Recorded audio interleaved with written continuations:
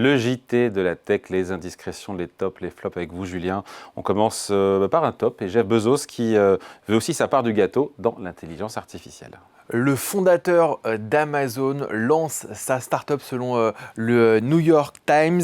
Il vient de la créer, elle s'appelle Prometheus et il a déjà injecté, Jeff Bezos, plus de 6 milliards de dollars dans cette structure. Le tout dans la plus grande discrétion. La startup aurait déjà recruté 100 personnes, notamment chez OpenAI, le père de ChatGPT, Google ou Meta, sur les mastodontes américains de l'IA. Prometheus ne devrait toutefois pas être un concurrent des grands assistants IA grand public comme ChatGPT. La startup devrait se concentrer sur des outils IA utiles dans l'ingénierie ou l'industrie pour les secteurs de l'informatique, de l'aérospatiale ou encore de l'automobile. On rappelle que Jeff Bezos évidemment a lâché les commandes, en tout cas les rênes opérationnels d'Amazon.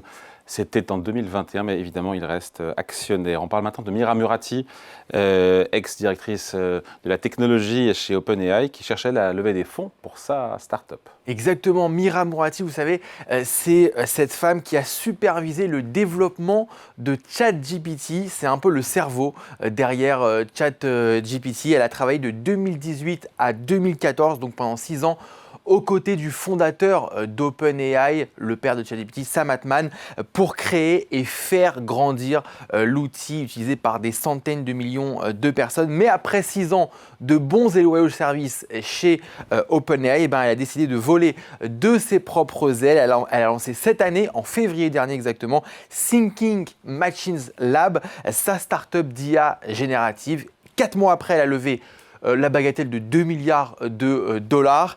Et aujourd'hui, selon Bloomberg, elle est en pourparlers pour lever à nouveau des fonds, ce qui la valoriserait déjà à 50 milliards de dollars pour sa start-up, et ce en quasiment même pas un an d'existence. D'où la question qui revient en boucle dans la bouche des investisseurs. On n'a pas la réponse, c'est une question à 1 milliard de dollars.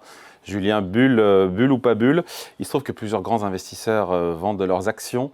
Nvidia en ce moment, les géants américains des semi-conducteurs. Et oui, il y a des engagements de la part de personnalités très connues de la tech. Alors ça pourrait, dans Nvidia, ça pourrait peut-être effectivement nous donner un indice sur le fait qu'il y a effectivement une bulle dans l'IA. Le dernier des engagements financiers importants dans Nvidia, celui de Peter Thiel, le cofondateur de PayPal et Palantir, qui a vendu avec son fonds d'investissement la totalité de ses actions dans Nvidia, soit 537 000 exactement actions pour un montant de 100 millions de dollars. Ce n'est pas le premier à liquider la totalité de ses positions dans le géant mondial des semi-conducteurs. Il y a quelques jours, le fonds d'investissement, un des plus grands fonds d'investissement mondiaux, le japonais SoftBank, a lui aussi cédé l'intégralité de ses parts dans Nvidia pour un montant total de 5,8 milliards de dollars. Bon, et toujours dans l'intelligence artificielle, Yann LeCun et Meta, c'est bientôt fini. Eh oui, Yann LeCun et Meta, c'est bientôt fini. L'ingénieur français responsable de la recherche IA chez Meta va quitter le groupe. Il était en poste depuis 2013. Selon le Financial Times, il l'aurait déjà dit à ses plus proches collaborateurs. Yann LeCun chercherait en fait désormais à lever des fonds pour lancer sa propre start-up dans l'intelligence artificielle.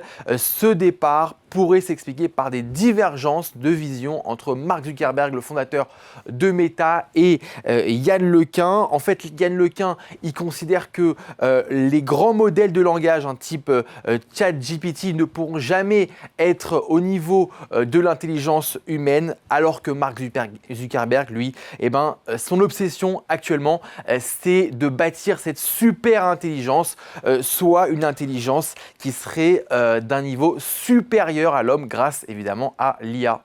Et on finit notre French Tech par notre French Tech national. Un ancien de la licorne Alan, qu'on a reçu ici sur Boursorama, lève 32 millions de dollars avec sa start-up, évidemment, dans quoi?